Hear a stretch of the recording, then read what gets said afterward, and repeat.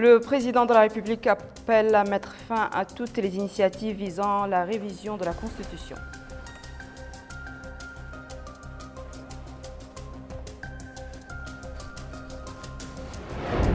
L'Agence nationale Tadamoun inaugure un poste de santé entièrement équipé dans la localité de Liqaza, relevant de la Mourada de Koboni.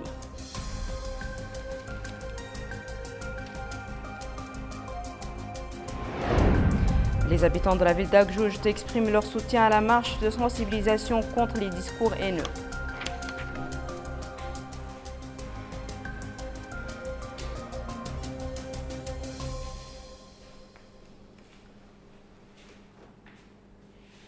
Bonsoir mesdames et messieurs et bienvenue sur ce journal.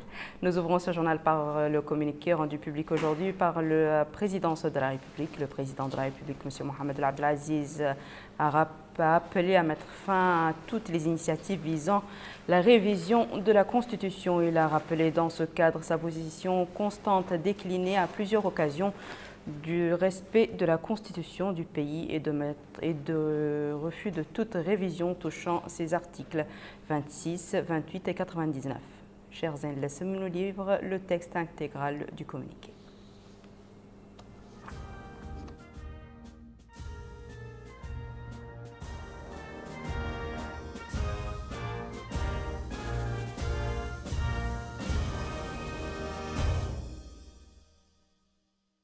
La scène nationale a connu récemment une forte dynamique visant à réaffirmer l'attachement à son Excellence, le président de la République, comme dirigeant du pays et à son style pertinent dans la gestion des affaires de l'État.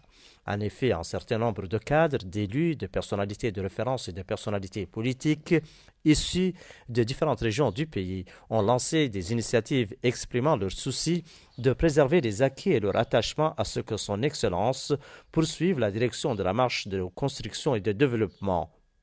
Un large groupe de parlementaires ont également commencé une coordination pour collecter les signatures de leurs collègues députés dans le but de modifier les articles de la Constitution relatifs au mandat de manière à ouvrir devant son Excellence le président de la République la possibilité de présenter sa candidature aux prochaines échéances présidentielles.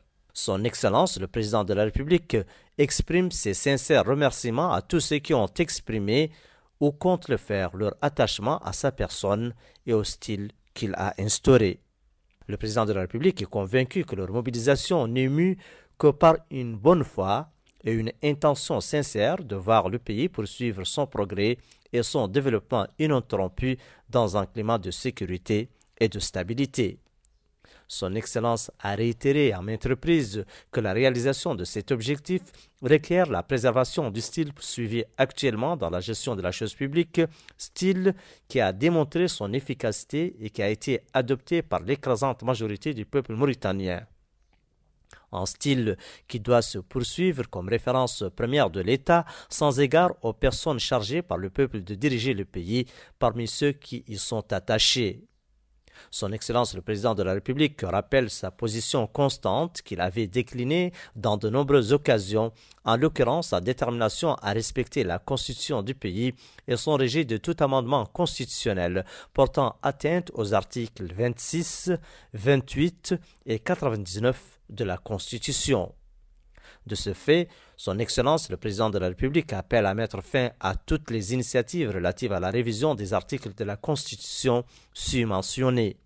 Aussi invite-t-il les auteurs des initiatives et tous les Mauritaniens convaincus du style qu'il a instauré, jaloux pour leur patrie et conscients de l'ampleur du développement que le pays a connu, à renforcer leur système démocratique, à consolider les institutions de l'État, à resserrer les rangs pour faire face aux ennemis de la patrie et aux adeptes de la division, de la haine, de la violence et de l'extrémisme, et à orienter leurs énergies exclusivement vers la suppression des obstacles qui entravent notre marche, réussi avec l'aide d'Allah vers davantage de progrès, de prospérité et d'ancrage de l'unité, de la sécurité et de la stabilité.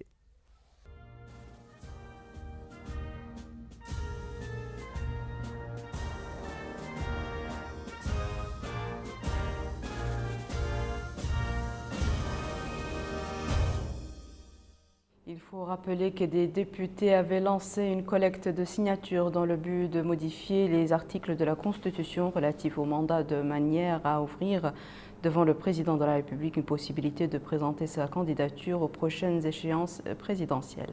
Aminata Khan.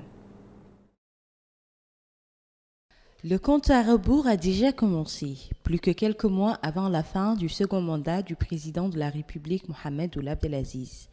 Et c'est dans cette perspective que la scène politique nationale a connu une forte dynamique visant à réaffirmer l'attachement qu'il porte au chef de l'État.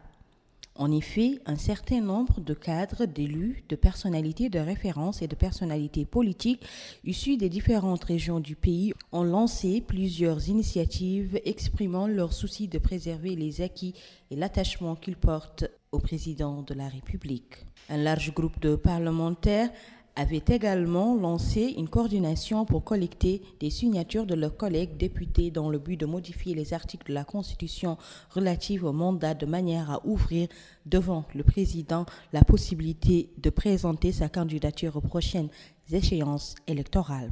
Le président de la République, Mohamed Ould Abdelaziz, rappelle encore une fois sa position constante qu'il avait déclinée dans de nombreuses occasions, en l'occurrence sa détermination à respecter la Constitution du pays et son rejet de tout amendement constitutionnel portant atteinte aux articles 26, 28 et 99. Mieux, le président de la République, Mohamed Ould Abdelaziz, invite tous les auteurs des initiatives ainsi que tous les Mauritaniens convaincus du style qu'il a instauré et conscients de l'ampleur du développement qu'a connu le pays au cours de ces dernières années, à consolider les institutions de l'État, à resserrer les rangs pour faire face aux ennemis de la patrie et aux adeptes de la division, de la haine, de la violence et de l'extrémisme et à orienter leurs énergies exclusivement vers la suppression des obstacles qui entravent la bonne marche de ce pays. Et pour plus de précisions sur le sujet, nous recevons ce soir l'honorable députée et vice-présidente de l'Assemblée nationale, Madame Ba Mariam. Madame la députée, bonsoir. Oui, bonsoir. Merci d'avoir répondu à notre invitation. C'est moi qui vous remercie. Tout d'abord, quelles sont vos impressions après le communiqué de ce matin? Bonsoir madame. Bismillah ar-Rahman ar-Rahim. Salatu ala nabi Sayyidina Muhammad Rasulullah sallallahu alayhi wa sallam. Mes impressions sont une impression de sérénité et aussi un constat sur la maturité politique des Mauritaniens et notre sensibilité aux causes qui nous unissent.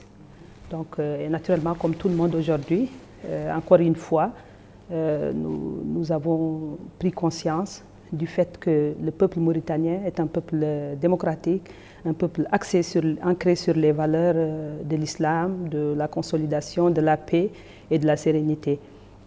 Donc, je rappelle les faits parce que, en fait, au nom du principe de la séparation des pouvoirs, les députés, en tout cas, ils sont libres et autonomes. Ils ne répondent que d'eux-mêmes.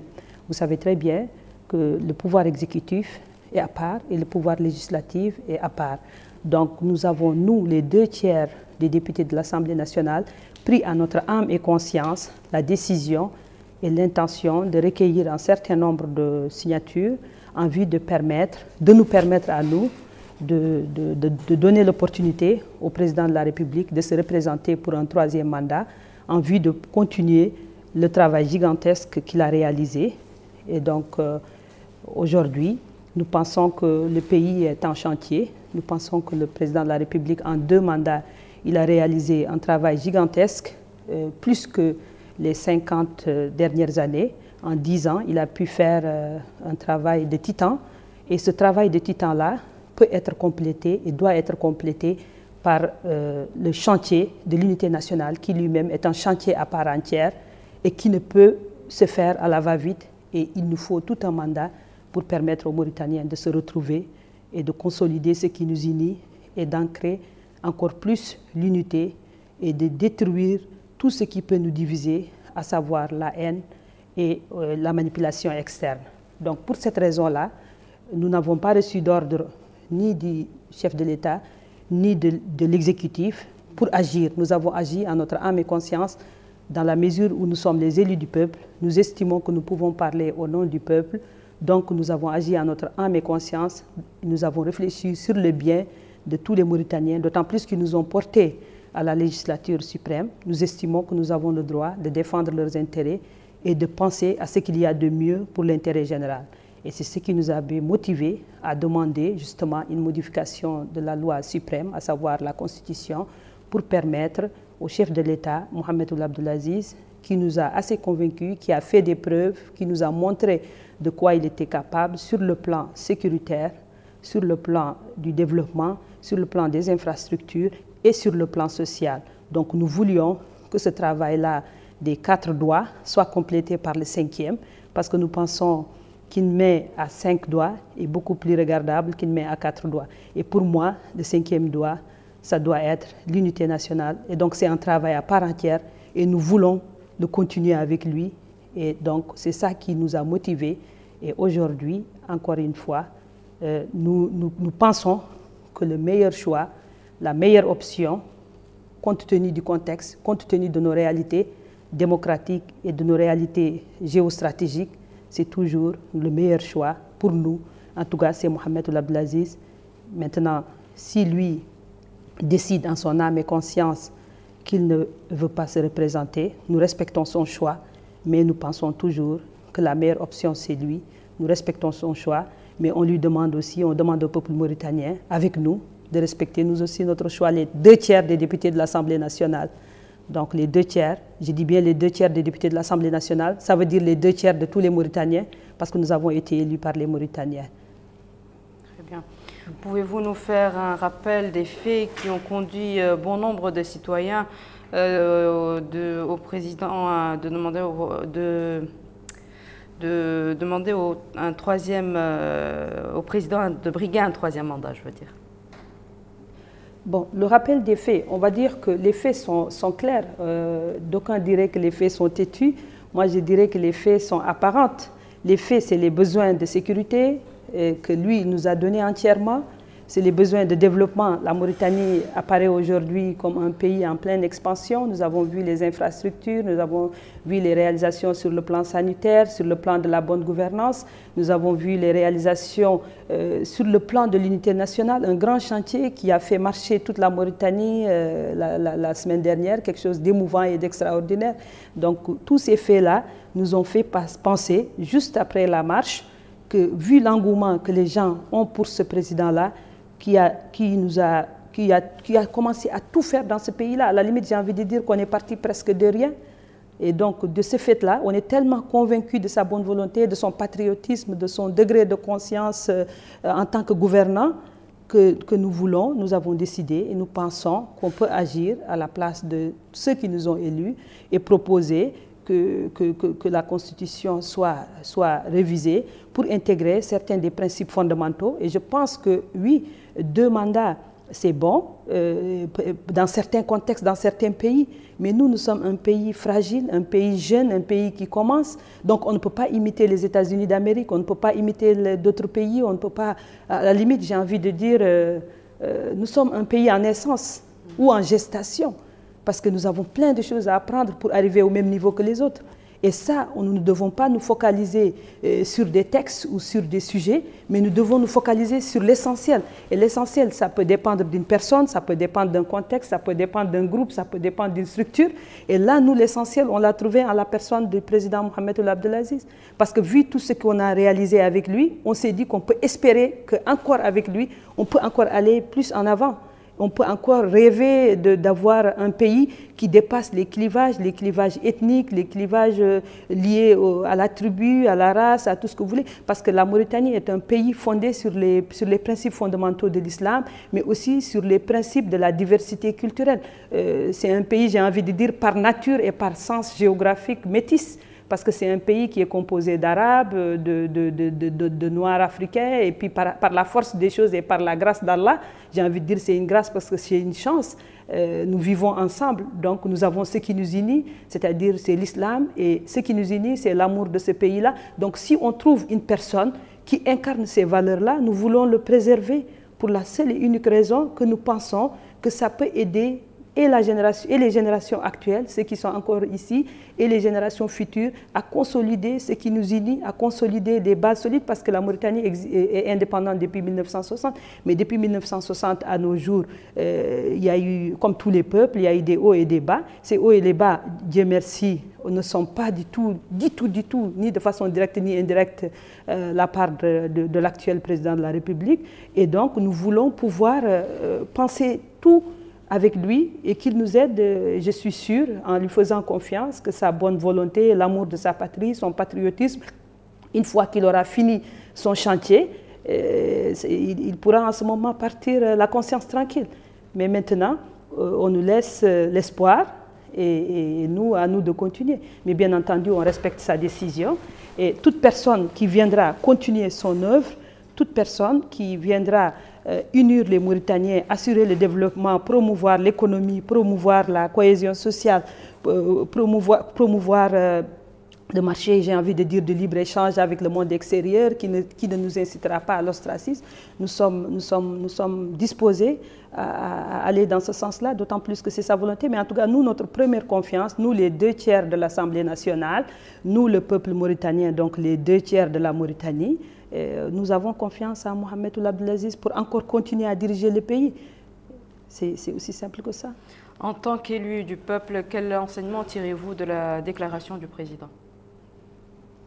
Quel enseignement? Alors, je tire des enseignements qui sont portés sur la volonté du président de la République à respecter l'éthique et à respecter tout ce qu'il y a comme texte, à savoir les textes fondamentaux, donc à savoir l'essentiel des textes fondamentaux. C'est le texte le plus fondamental d'une république, bien entendu, c'est la Constitution. Donc nous pensons qu'il tient à ne pas toucher la Constitution. Donc nous respectons cette volonté-là. Mais vous voulez que je vous dise mon impression personnelle? Moi, je suis un peu triste. Et je pense que tous les Mauritaniens consciencieux devraient l'être aussi avec moi. Et voilà. Merci beaucoup, Madame. J'ai juste un mot à rajouter. Oui, j'espère que nous, les Mauritaniens, que ce soit dans l'immédiat ou dans le futur, nous serons toujours soudés et nous serons toujours des gens qui peuvent être loyaux à l'égard de quelqu'un qui nous fait du bien. J'espère que la grandeur d'esprit, encore une fois, je fais confiance à la grandeur d'esprit de la majorité des Mauritaniens, à être reconnaissant pour tout ce que le chef de l'État a fait pour nous en 10 ans seulement. Toute la réalisation qu'il a faite dépasse de loin 80% de ce qui a été réalisé depuis l'indépendance. Donc je compte sur tous les Mauritaniens pour organiser nous aussi une journée de commémoration et de remerciement pour le chef de l'État et pour sa décision très sage et très éthique aujourd'hui et pour tout ce qu'il a réalisé pour nous. Merci beaucoup, Madame Ba Mariam, d'avoir accepté notre invitation. C'est moi qui vous remercie. La Commission de la Justice, de l'Intérieur et de la Défense de l'Assemblée nationale a consacré la réunion qu'elle a tenue aujourd'hui sous la présidence de son président, M. Sidney Sorna, à l'examen du projet de loi relatif à la définition des conditions de qualification, de constatation et de répression des contraventions à la réglementation relative à l'électricité. La Commission a suivi au cours de cette réunion un exposé présenté par le ministre des Pêches et de l'Économie maritime, M. Yahya Ould Abdeldaïm, ministre du Pétrole, de l'Énergie et des Mines, par intérim, dans lequel il s'est appesanti sur les principaux axes de ce projet de loi.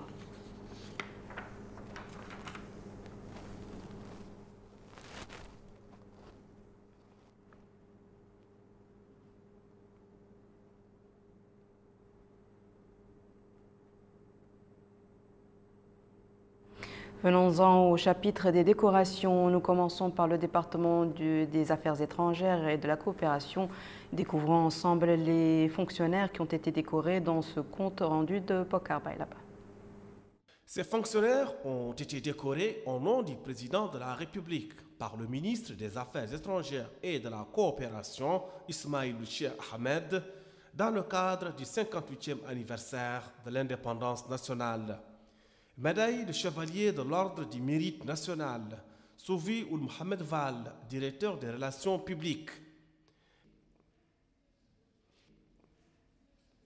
Lalla Mintisidi Mohamed Badi, attaché au cabinet du secrétaire général. Médaille d'honneur de deuxième classe, Rabiha Mint Ahmed El-Bukhari, chef de division au ministère.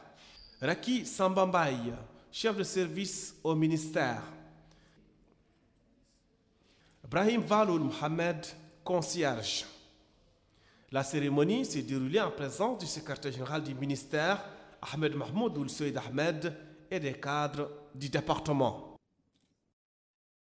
La ministre de la Jeunesse et des Sports a elle aussi décoré aujourd'hui des fonctionnaires relevant de son département.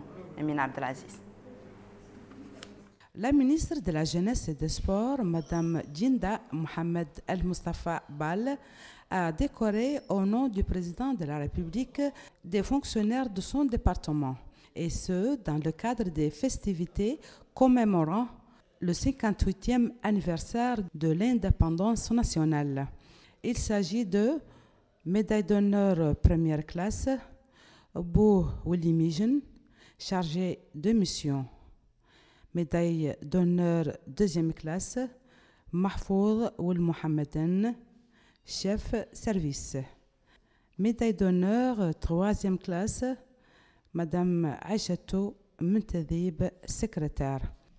La cérémonie de décoration s'est déroulée en présence du secrétaire général du ministère, Mohamed Ould Ould Abdi, des chargés de mission et des conseillers au même département. Malika Naqli était pour nous au commissariat aux droits de l'homme et a assisté à la cérémonie de décoration. Suivons ensemble son reportage. C'est au nom du président de la République que le commissaire aux droits de l'homme, à l'action humanitaire et aux relations avec la société civile, M. Mohamed Lamine Ould Sidi, a décoré un certain nombre de fonctionnaires de son département. C'est ainsi que le commissaire a décoré de la médaille d'honneur première classe M. Mohamed Horma Babana, directeur des relations avec la société civile. A été également décoré de la médaille d'honneur première classe M. Isselmou Mustafa Salihi, coordinateur du Centre d'information, de sensibilisation et de la documentation. Madame Rokhaya Mbarak Mohamed Mbarak, cadre au Fonds national d'aide et d'assistance humanitaire. Le commissaire a décoré de la médaille d'honneur troisième classe M. Dahi Hamoud El Hamoud, chef de service au Centre d'information, de sensibilisation et de la documentation. Madame Hawa Mohamed Lamine Sidibé, présidente de l'Association de développement et de promotion des droits de l'homme. Madame El Betour Hamer Vali, secrétaire au commissariat. La cérémonie de décoration s'est déroulée en présence du commissaire adjoint et d'un certain nombre de cadres du commissariat. L'Agence nationale Tadamoun pour la lutte contre les séquelles de l'esclavage, pour l'insertion et la lutte contre la pauvreté a procédé à l'inauguration d'un poste de santé dans la localité de Lokada, relevant de la Mourtada de Kobani. Cette réalisation rentre dans le cadre de la stratégie de l'agence qui vise à améliorer les conditions de vie des populations nécessiteuses. Malika Naqli. Dans cette boutique située au fin fond du pays, dans la localité d'El Iratha, on ne vend pas des produits alimentaires comme cela peut donner l'impression de l'extérieur, mais des médicaments. Cet habitant souligne que la localité est située à 50 km de Kobani. Depuis 5 ans, dit-il, les populations se soignent dans cette boutique.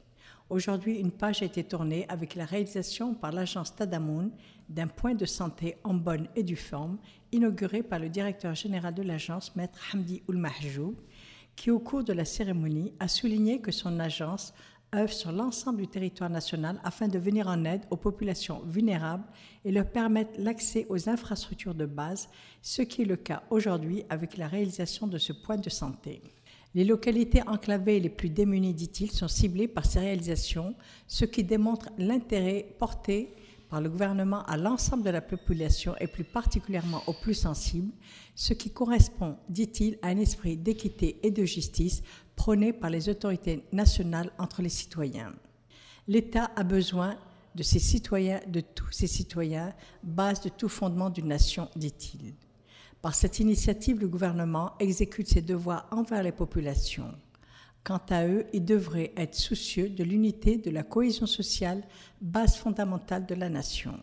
De son côté, le Wali Moussaïd du Had el-Gharbi, M. Sidi Mustafa Ould Saddiq, a déclaré que la réalisation de ce point de santé illustre l'intérêt porté par le gouvernement à l'ensemble de ses citoyens et à l'amélioration de leurs conditions de vie dans tous les domaines. Le maire de Hassi El Ahmed Bechna a souligné que cette réalisation comble un déficit jusqu'alors criant dans ce domaine et qui représente un droit des citoyens.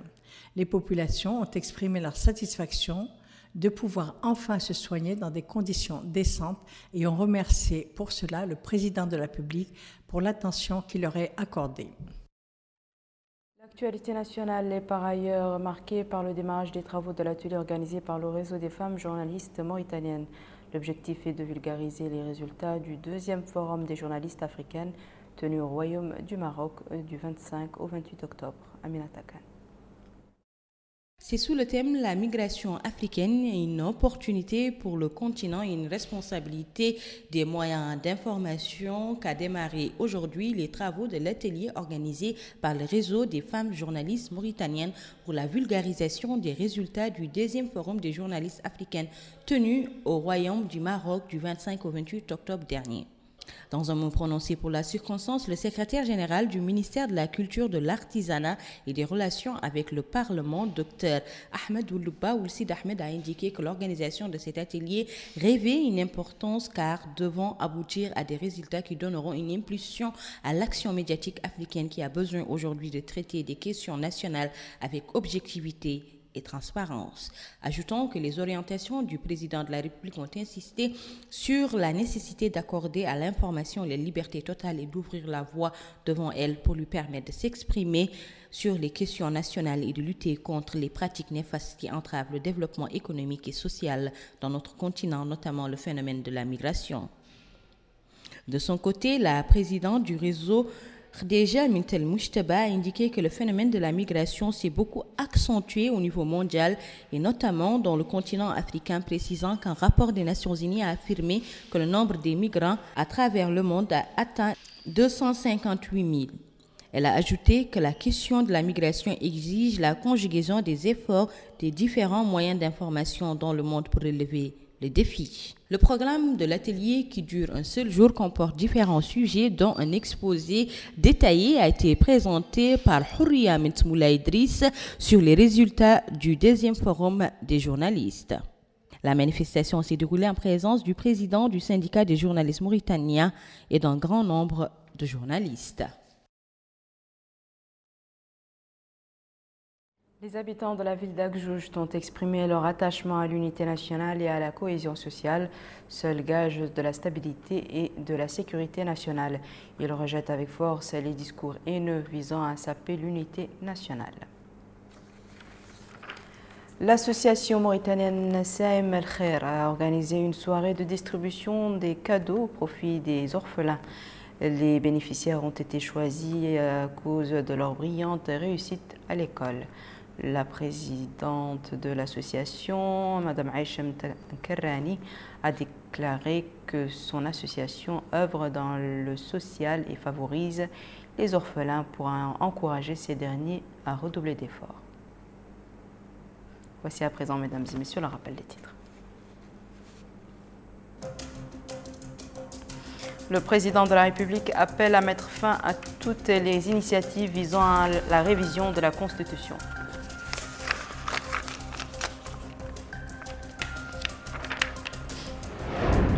L'Agence nationale Tadamoun inaugure un poste de santé entièrement équipé dans la localité de l'Ighadha relevant de la Mourata de Koubani.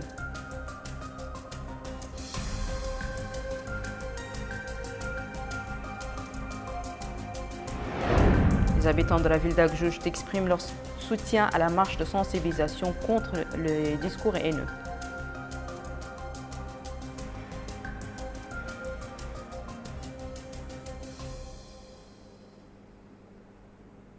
C'est la fin de ce journal, mesdames et messieurs. Merci à vous de nous avoir suivis. Merci de votre fidélité. À très bientôt, Inch'Allah.